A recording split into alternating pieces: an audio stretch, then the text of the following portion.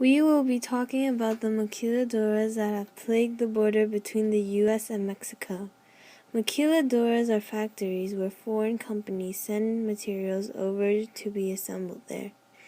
The maquiladoras make products that range from clothes, electronics, shoes, etc. Life before maquiladoras was very rural. People farmed to eat, and they usually sold the rest to get money. But then the prices of simple necessities got more expensive, and people couldn't always depend on the unpredictable weather that closely affected how much they ate. During 1942 to 1964, there was the Bracero program.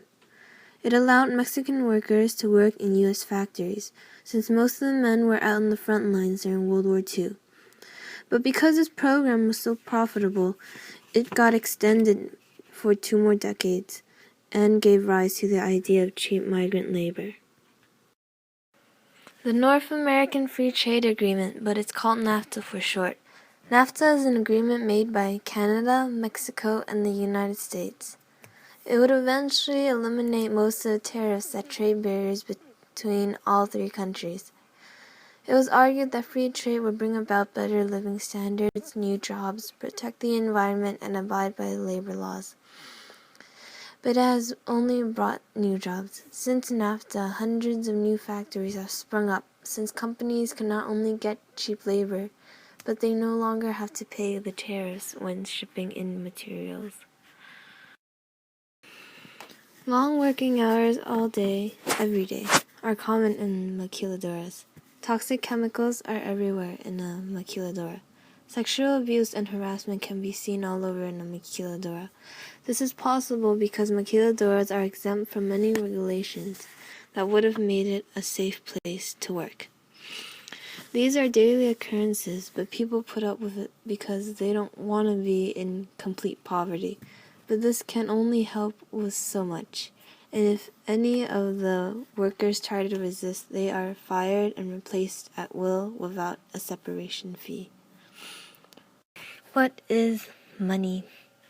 It is the green stuff we waste to get things we don't really need.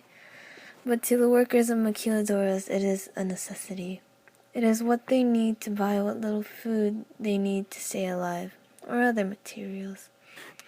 Some workers don't even get the minimum wage of $3.40 a day, and they only get about $50 a week. They spend it on food, electricity, and water if they have it. As mentioned previously, maquiladoras manufacture everything and anything, but the workers can never afford any of it. The women in the maquiladoras are badly mistreated. Though they work long hours as men do, they earn less. At least 50% of the employees are women. Most are 20 years old or younger.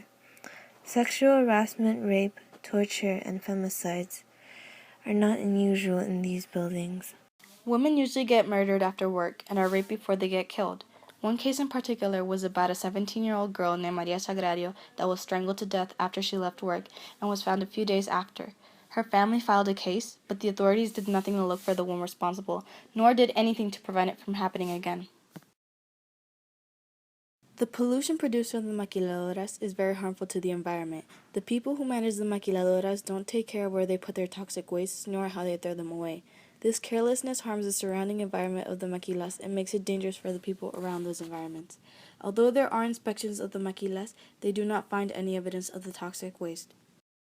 Without that evidence, the workers cannot say that they are affected by the toxic waste. The workers don't have the proper equipment to protect themselves from these toxins. That is why they can easily get physically or mentally ill. The pollution surrounding the maquilas also affects the cities and towns around it, including the families. The people not working in the maquiladoras usually get sick because of the pollution from them. For example, there was a glass company that threw away their waste incorrectly, which was shattered glass. Then the glass was blown over to the towns, and the people started getting sick and hurt. Their animals started dying, which was their source of food that they needed to survive that month. The health problems that the maquiladora workers suffer from are more serious, though, and are caused by different things in the maquilas. The conditions are fatigue, different types of cancers, respiratory problems, skin problems, the list goes on. Most have depression because of the bad conditions or the thought of not being able to sustain their family long enough.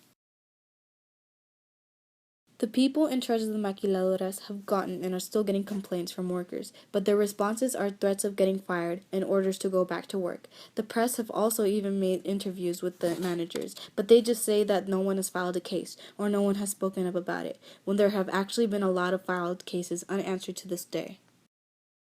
As for the government, they say that this is for the good of the people.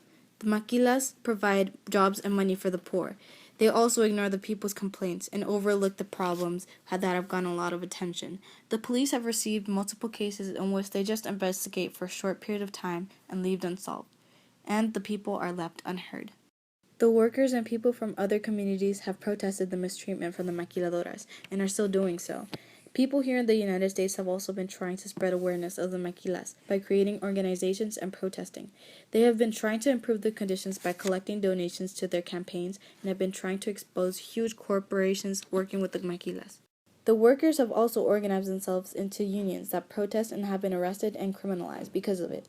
These unions have gone to the press to speak out about the unfair maquilas and have thought of ideas on ways on how to improve their conditions. They are coming together with other organizations to take action and are currently doing so today. There are people still speaking out about this problem that are still not being heard. There hasn't been much improvement in the maquiladoras, although recently the maquilas in Mexico are losing to other sweatshops in Asia, which slows down production a bit. There have also been zapatistas, a group of revolutionary leftists trying to help people in Chiapas cross the border.